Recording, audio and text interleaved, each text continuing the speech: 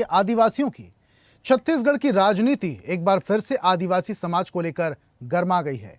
आदिवासी कांग्रेस के राष्ट्रीय अध्यक्ष विक्रांत भूरिया के बयानों ने प्रदेश की राजनीति में अब हलचल मचा दी है। दरअसल रायपुर पहुंचे आदिवासी कांग्रेस के राष्ट्रीय अध्यक्ष विक्रांत भूरिया ने छत्तीसगढ़ में आदिवासियों की स्थिति को भयावह बताया। भूरिया ने कहा कि देश में सबसे ज्यादा आदिवासियों का शोषण छत्तीसगढ़ में हो रहा है। अगर आदिवासियों का विनाश देखना है तो छत्तीसगढ़ आइए। यहां उन्हें मारा जा रहा है, उनके हक छीने जा रहे हैं। हमें मूर्तियां नहीं, सम्मान और अधिकार चाहिए, यह कहा भूरिया ने। उप मुख्यमंत्री अरुण साव ने पलटवार करते हुए कहा कि कांग्रेस को आदिवासी समाज की तरक्की बर्दाश्त नहीं हो रही है। शिक्षा, स्वास्थ्य, आवास से लेकर रोजगार तक सब बदल रहा है, सब कुछ मिल रहा है। कांग्रेस तो सिर्फ आदिवासियों को वोट बैंक की तरह इस्तेमाल करती रही है।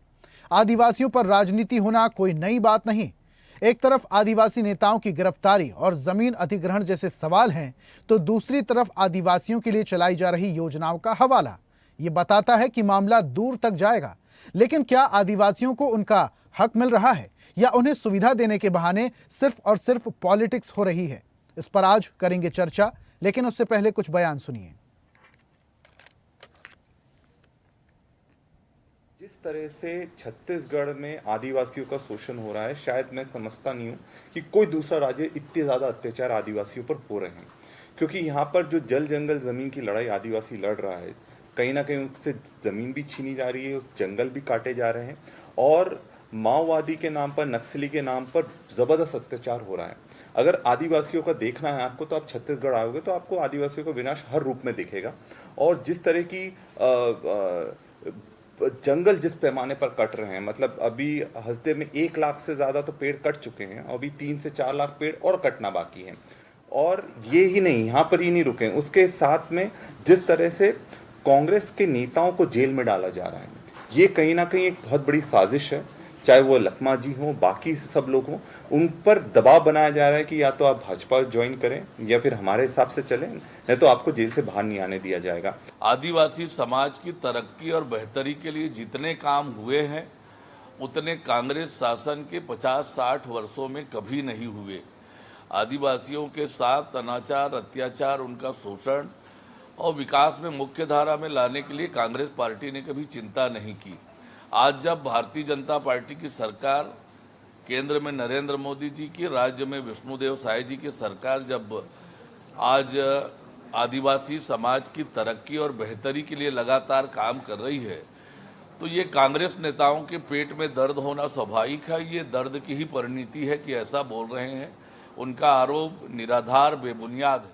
और देखिए, आदिवासियों को लेकर एक बार फिर से सियासत शुरू हो चुकी है। बयानबाजियों का दौर शुरू हो चुका है। सरकार कह रही है कि हम आदिवासियों के हक के लिए लड़ रहे हैं, शिक्षा, स्वास्थ्य, आवास, रोजगार दे रहे हैं। तो दूसरी तरफ आदिवासी कांग्रेस के राष्ट्रीय अध्यक्ष विक्रांत भूरिया कह रहे हैं कि अगर अत्याचार देखना हो तो छत्तीसगढ़ आइए। इस पर आज हम चर्चा करेंगे। हमारे साथ कुछ मेहमान जुड़ रहे हैं, उनका परिचय आपसे करवा देते हैं। रितेश मोरे हैं, बीजेपी प्रवक्ता हमारे साथ। रितेश जी, बहुत शुक्रिया आपका। और अनिल चौहान, कांग्रेस प्रवक्ता हमारे साथ हैं। अनिल जी, आपका भी बहुत बहुत स्वागत मैं करता हूं। और रितेश जी, चर्चा की शुरुआत मैं आपसे ही करना चाह रहा हूं। आप कह रहे हैं, अरुण साहब कह रहे हैं कि शिक्षा, स्वास्थ्य, रोजगार, तमाम चीजें हम आदिवासियों को दे रहे हैं। जो हमने दावा और वादा किया था सरकार आने के पहले, वो तमाम चीजें आप दे रहे हैं। लेकिन ये दावा और वादा तो नहीं किया गया था कि आदिवासियों को उनकी जमीन से बेदखल किया जाएगा, हसदेव अरण्य के जंगलों को काटा जाएगा, आदिवासियों पर कहर बरपाया जाएगा। ये वादा तो नहीं था, और लेकिन छत्तीसगढ़ में ये हो रहा है। जी, सबसे पहले आपके सभी दर्शकों को मेरा नमस्कार। जैसे कि इनके विक्रांत भूरिया जी राष्ट्रीय अध्यक्ष कांग्रेस आदिवासी समाज के, और आज उन्होंने जो है बयानबाजी किया, तो मुझे नहीं लगता कि छत्तीसगढ़ में आदिवासियों के साथ ऐसा कोई अन्याय हो रहा है। क्योंकि आदिवासियों के लिए हमने जब सरकार बनाने के पहले हमने जो अपने घोषणा पत्र लाया था, हमने कहा था कि तेंदुपत्ता में उनको हम 5500 रुपए का मानक हम देंगे। आदिवासियों के धर्मांतरण का रेशियो नहीं बढ़ा रितेश जी। हसदेव अरण्य के जंगल नहीं काटे गए, हसदेव अरण्य में चिपको आंदोलन नहीं चलाया गया, आदिवासियों के जरिए उन पर बर्बरता नहीं की गई, 1 लाख पेड़ नहीं काटे गए हसदेव अरण्य में, भारतमाला प्रोजेक्ट में आदिवासियों को जमीन से बेदखल नहीं किया गया, आदिवासियों को उनके जमीन का हक नहीं दिया गया। रितेश जी, देखिए, मैं आपको बता देना चाहता हूँ जी, अगर आप बात कर रहे हैं भारतमाला प्रोजेक्ट की, तो आपको बता दूं, जो भी जमीन जिसकी आती, चाहे आदिवासी समाज किसी की, उनको बकायदा उसका मुआवजा दिया जाता है, उनको मुआवजा दिया जा रहा है, उनसे बिना पूछे हम किसी प्रकार की सरकार जोर जबरदस्ती नहीं कर सकती। दूसरी बात है कि जब बात आ रही है हसदेव जंगल की, तो हसदेव जंगल का एमओयू तो मुंबई सरकार में हुआ था, जो लगातार उस समय से चल रहा है। तो ये जो आरोप है, एक बार वो दुखना चाहिए कि किस समय जो क्या आदेश हुआ था, हम्म तो उस पर विचार करना चाहिए। धर्मांतरण के मामले नहीं बढ़े आदिवासियों में? जी, देखिए धर्मांतरण के बहुत सारे ऐसे मुद्दे हैं, आप भी जानते हैं कि हमने रोकने का प्रयास कर रहे हैं और हम्म डीलिस्टिंग के लिए हम प्रयास कर रहे हैं, काम हो रहा है। तो हम्म निश्चित रूप से जो क्या आदिवासी प्रयास है, हो रहे हैं रितेश जो जी? आज सबसे धर्मांतरण ज्यादा को धर्मांतरण आदिवासियों आप का छत्तीसगढ़ में हुआ है। 60,000 का आंकड़ा पहुंच चुका है आदिवासियों के धर्मांतरण का मामला। ये आप कह रहे हैं तो विदेशी आप फंडिंग को लेकर आप मुख्यमंत्री आंकड़ा देखिए, अभी रितेश जी, आंकड़ा रितेश जी, 4 महीने जी, पहले विदेशी फंडिंग को लेकर मुख्यमंत्री ने एक बयान दिया था, कहा था कि रिपोर्ट तैयार करेंगे, पता करेंगे विदेशी फंडिंग कहां से आ रही है, कैसे हो रही है विदेशी फंडिंग, कहां कहां खर्च हो रहा है, क्योंकि धर्मांतरण में विदेशी फंडिंग तो होती ही है। वो रिपोर्ट का क्या हुआ साहब? देखिए ये जो धर्मांतरण का मुद्दा अभी का नहीं है, बहुत सालों से चल रहा है। मैंने हम्म कहा ना, जो 60,000 का आप आंकड़ा बता रहे हैं, ये अभी के इस एक साल के जो 1.5 साल के जो कार्यकाल है भारतीय जनता पार्टी सरकार में, 60,000 लोगों ने एक साथ हम्म तो धर्मांतरण नहीं किया। ये हम्म पिछले सरकार से लगातार तो चलते आ रही साठ है, हजार का क्योंकि आंकड़ा इसको 5 साल रोकने का में काम भी नहीं हुआ था रितेश जी, जब भूपेश सरकार थी। अगर आप वहां आरोप लगा रहे हैं तो 60,000 का आंकड़ा 5 साल में भी नहीं था, उससे पहले आपकी ही सरकार थी। उसके पहले की मैंने बोला ही नहीं, 5 साल से ही अभी के अगर बोलेंगे तो 60,000 का आंकड़ा पार हुआ होगा, निश्चित रूप से हम्म पार हुआ होगा। रितेश जी, मेरा सवाल आप नहीं समझे। 60,000 का आंकड़ा जो आप बोल रहे हैं, बिल्कुल सही बोल रहे हैं कि 1.5 साल में नहीं पनपा, पहले से पनपता आ रहा है। और 5 साल कांग्रेस शासनकाल में तो 60,000 नहीं आंकड़ा होगा, उससे पहले से ही शुरू चला आ रहा होगा। 60,000 का आंकड़ा पहुंच गया। धर्मांतरण को लेकर जो विदेशी फंडिंग की बात मुख्यमंत्री कर रहे थे, उसकी जांच होगी। जांच रिपोर्ट कहां है? क्या हुआ उस जांच का?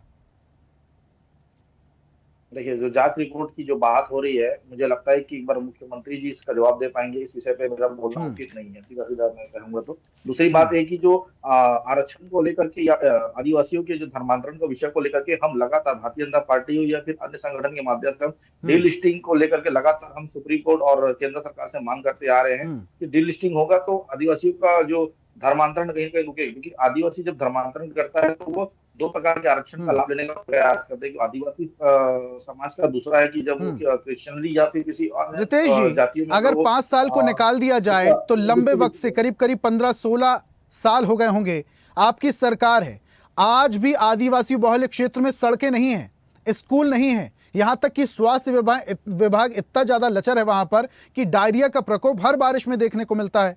कई बार तो कुछ इलाके ऐसे हैं जहां पर बारिश के समय पे वो इलाके टापू बन जाते हैं, और आप बोल रहे हैं आदिवासियों का, आदिवासी बहुल क्षेत्र का हम विकास कर रहे हैं। ये कैसा विकास कर रहे हैं आप? आज अगर बस्तर क्षेत्र में अगर नक्सली अगर मारे जा रहे हैं तो इसका सीधा सीधा उदाहरण है कि वहां पर विकास कार्य के लिए मतलब भारतीय जनता पार्टी की सरकार नक्सलियों के लगातार नाम प्रयास पर भी कर रही है। आदिवासियों पर अत्याचार किया जा रहा है। कांग्रेस तो लगातार वो आरोप रिपोर्ट लगा रही है है, कि आप क्योंकि कंफर्म तो कर लीजिए, जिनको आप कांग्रेस को मार आरोप रहे हैं लगाने का वो नक्सली हैं या आदिवासी? देखिए, मैं आपको बता देना चाहता हूँ, नक्सली ही मारे जा रही है, नक्सली की हम्म समर्थक। इसमें हम्म किसी भोले भाले आदिवासी पर कोई अत्याचार नहीं हो रहा है, हम्म क्योंकि अगर अगर बस्तर में विकास होगा तो इसमें किसी को दर्द क्यों होना चाहिए, मुझे ऐसा हम्म लगता है। और जब वहां पर अगर नक्सली मारे जाएंगे तो जो जो गांव में आज शिक्षा स्वास्थ्य अगर नहीं पहुंच पा रही थी, वो पहुंचने का भी प्रयास सरकार कर रही है। तो ये हम्म सरकार लगातार कब तक आदिवासियों प्रयास की करेंगे छत्तीसगढ़ रितेश के जी? मुख्यमंत्री 1.5 साल आप बोल देंगे अभी कि माननीय 1.5 साल हुए सरकार सरकार को, इससे पहले कांग्रेस की सरकार थी, इससे पहले तो आपकी सरकार थी ना। कब तक आप प्रयास करेंगे? आखिर मूलभूत सुविधाएं जमीनी स्तर पर उतरेंगी कब तक?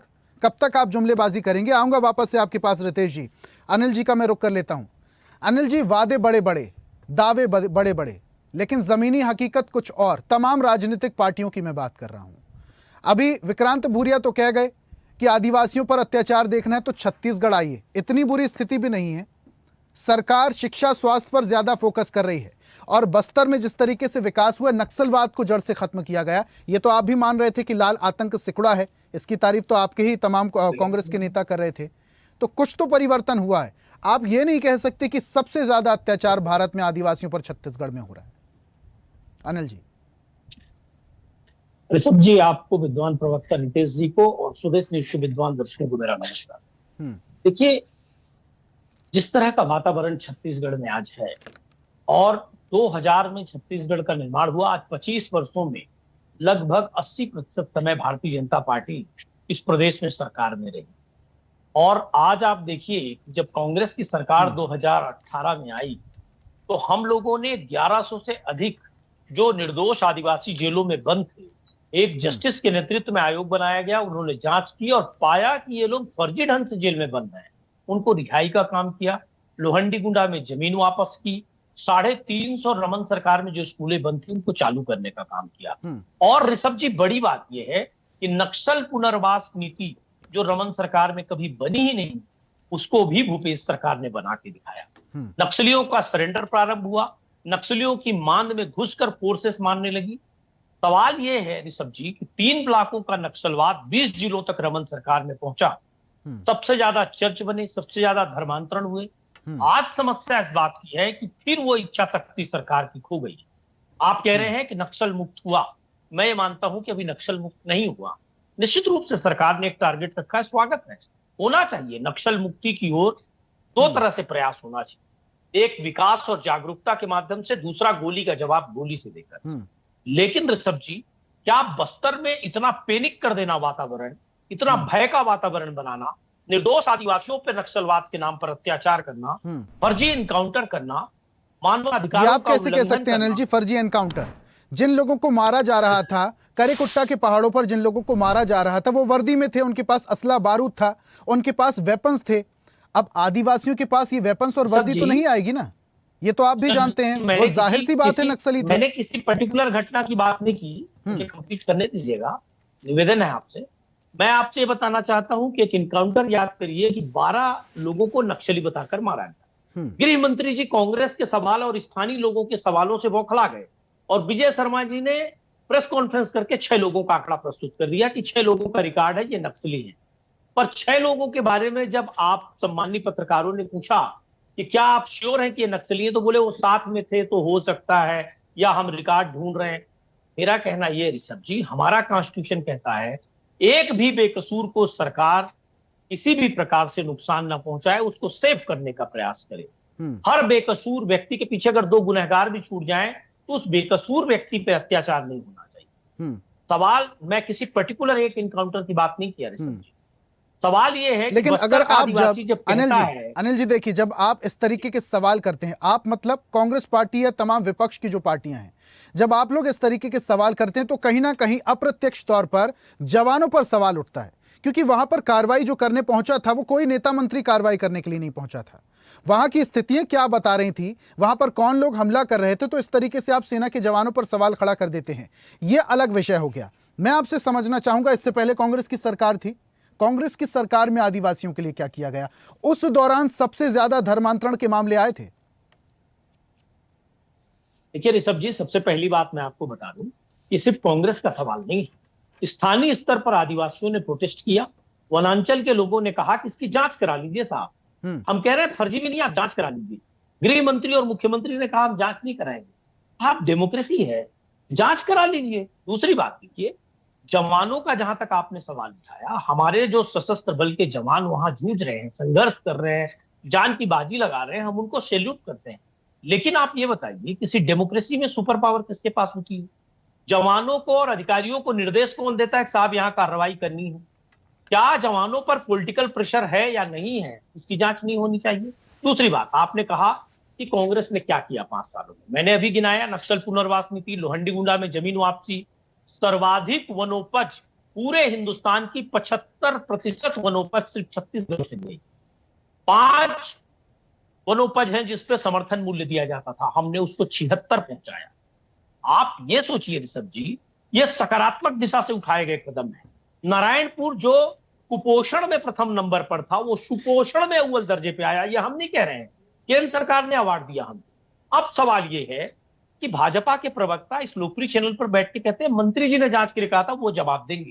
साहब, जवाबदेही है आपकी, आपकी दल सत्तारूढ़ दल के आप प्रवक्ता हैं, आपको बताना पड़ेगा कि जवाब क्या है। दूसरी बात आप देखिए, गृह मंत्री के जिले में राष्ट्रपति के जो दत्तक पुत्र हैं, कोरवा जनजाति के पूरे परिवार की हत्या हो जाती है।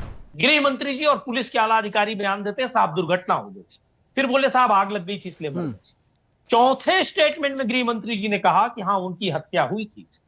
मेरा कहना है ऋषभ जी, क्या इनपुट्स होते हैं, क्यों आप गुमराह करते हैं आदिवासियों को? वहां तो कोई नक्सली नहीं है, आप सही चीजें क्यों नहीं बताते? गृह मंत्री का जिला है, गृह मंत्री की पुलिस है, सारी एजेंसीज आपके पास हैं, और आप 4 बार गुमराह करने वाला बयान देते हैं। स्वयं संवैधानिक पद पर बैठकर आप 4 प्रकार के बयान देते हैं। ये अच्छी बात तो नहीं है ऋषभ जी। समस्या इस बात की है कि आपकी इच्छा शक्ति और संवेदनशीलता कहां है? आदिवासियों को जब ठगा जा रहा है, आदिवासियों को लगातार उनके जल जंगल जमीन छीनी जा रही है, और आप ये भी आरोप लगाते हैं कि आदिवासियों को जेल में डाला जा रहा है, आदिवासियों पर अत्याचार किया जा रहा है। कहीं ऐसा तो नहीं कि आपके बड़े नेता जो हैं आदिवासी चेहरा हैं, कवासी लखमा, उन्हें जेल में डाला गया इसलिए दर्द हो रहा है? देखिए ऋषभ जी, मैं उसमें भी जवाब दूंगा। मैं सिर्फ आपसे कह रहा हूं, भाजपा जब यहां मेजोरिटी में आई, सरकार का गठन नहीं हुआ था, कौन मंत्री कौन मुख्यमंत्री कुछ डिसाइड नहीं हुआ था। ठीक है। हसदेव अरण्य में कटाई चालू हो गई। रितेश मौर्य जी कह रहे हैं हसदेव अरण्य कांग्रेस के समय आया। अरे 1971 से 73, 81 जितने अमेंडमेंट है पढ़ लीजिए। कोयले और खदानों का वितरण और इस तरह की अरण्य और योजनाएं सिर्फ केंद्र सरकार के हाथ में है, स्टेट गवर्नमेंट कुछ नहीं कर सकती। स्टेट गवर्नमेंट ने एक काम किया था कि टीएस सिंहदेव जी के विरोध के बाद भूपेश बघेल जी ने कहा था एक टहनी नहीं काटने देंगे, और नहीं कटी। आपकी सरकार बनी, मुख्यमंत्री का भी गठन नहीं हुआ था, कटाई चालू हो गई। कौन सी सुपर पावर कमांड कर रही थी साहब? आज आदिवासियों को आप जल जमीन रितेश जी जंगल से सब छीन प्रतिक्रिया रहे, लेते हैं। प्रकृति छीन रहे। रितेश एक जी। जवाब और दूंगा, एक जवाब ऋषभ जी, सिर्फ 10 सेकंड का। कवासी लखमा जी को आपने कहा, एक निश्चित रूप से बड़ा आदिवासी चेहरा है, वो स्ट्रेट फॉरवर्ड बोलते हैं, बहुत साफ सुथरी और साफ बात रहती है। ऋषभ जी, एक विधिक सवाल आपसे पूछ रहा हूं। चालान जो पुटअप किया गया उसमें कहा गया कि 64 करोड़ रुपए कवासी लखमा जी को दिए गए, झूठा आरोप है।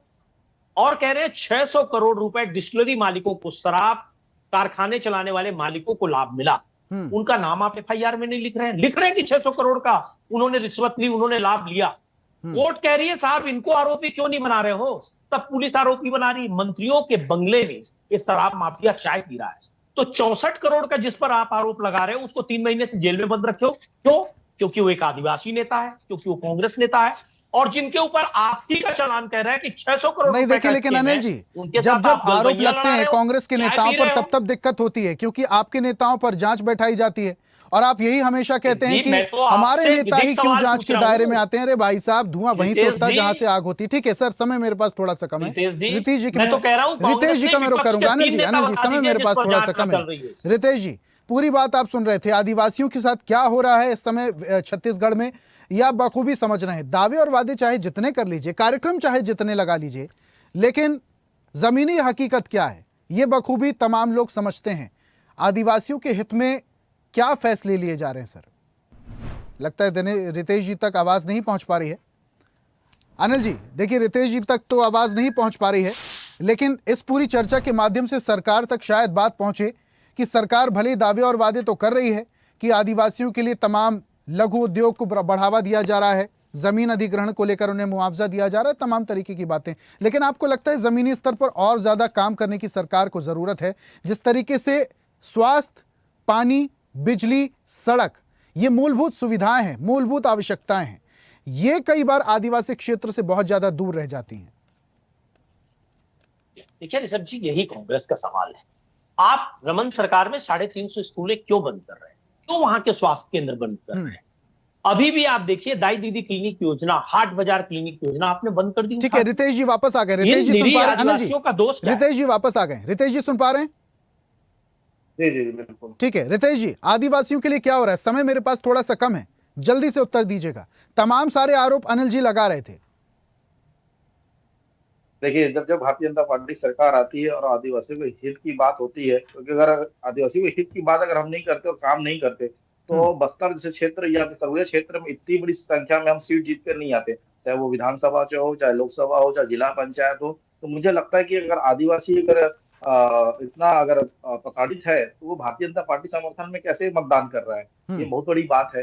दूसरी बात की जब बात करते हैं, जब कवासी लखमा जी ने, तो भैया जो भी हो, चाहे किसी भी समाज का नेता हो, अगर वो अपराध किया है तो उस पर एफआईआर होगी। देश का कानून है, नियम है, आप सब जानते हैं कि उनके द्वारा ही उस विभाग के मंत्रालय के मंत्री थे, सीधी सीधी बात है कि उनके जांच में उनके डायरी में लिखा गया, तभी तो वहाँ के इनके सुकमा का जो कांग्रेस कार्यालय वो अटैच हुआ है। मुझे लगता अच्छा है कि सारी बातें हैं जो बात करने से रितेश जी, हसदेव अरण्य का प्रोजेक्ट वापस लिया जाएगा। 1 लाख पेड़ काटे जा चुके हैं और यह भी खबर है कि 3 से 4 लाख पेड़ और काटे जाने हैं। पेड़ आप भले लगा लीजिए, प्रधानमंत्री का भले ही मूल मंत्र है कि एक पेड़ मां के नाम, सभी को पेड़ लगाने के लिए प्रेरित किया जा रहा है, लेकिन एक पेड़ लोग लगा रहे हैं, लाखों पेड़ अगर काट दे रहे हैं, फायदा क्या हुआ? क्या हसदेव अरण्य का प्रोजेक्ट वापस लिया जाएगा? इस पर मैं कह नहीं पाऊंगा, क्योंकि ये शासन प्रशासन का विषय है। और चूंकि क्या लेना चाहिए मंत्री जी और रितेश जी, क्या इस पर फैसला लेना चाहिए? सरकार को पुनर्विचार करने की जरूरत है। मैं आपसे पूछना चाहता हूँ, बिल्कुल, अगर हमें व्यक्तिगत राय बोलेंगे तो सरकार को इस पर विचार करके इसको आदेश वापस लेना चाहिए। वहाँ पर पेड़ नहीं कटना चाहिए, क्योंकि लगातार वहाँ आंदोलन हो रहा है, या मैं भी देख रहा हूँ लगातार, क्योंकि पूर्वा प्रवास मेरा होते रहता है। तो मुझे लगता है कि सरकार इस पर विचार कर सकती है। बहुत बढ़िया रितेश जी, बहुत अच्छा जवाब आपने दिया है। बीजेपी प्रवक्ता होने के नाते अगर आप ये कह रहे हैं कि सरकार उस पर विचार करने की जरूरत है, यही तकनीक, रीति और नीति है बीजेपी की। कुछ समय पहले खबर भी आ रही थी जिस तरीके से ब्रजमोहन अग्रवाल ने अपनी ही सरकार को एक लेटर लिखा था, ध्यान आकर्षित किया था। ये अच्छी बात है, लेकिन लेटर लिख देने से कुछ नहीं होगा रितेश जी, और सरकार तक बात पहुंचा देने से कुछ नहीं होगा। आदिवासियों के लिए भले ही तमाम कार्यक्रम चलते हों, लेकिन फायदा क्या है जब आदिवासियों को मूलभूत सुविधाएं ही नहीं मिल रही हैं? रोड, शिक्षा, स्वास्थ्य, रोजगार, पानी, बिजली, ये सब नहीं मिल रहा है, फायदा क्या? लगता कुछ तकनीकी समस्या है।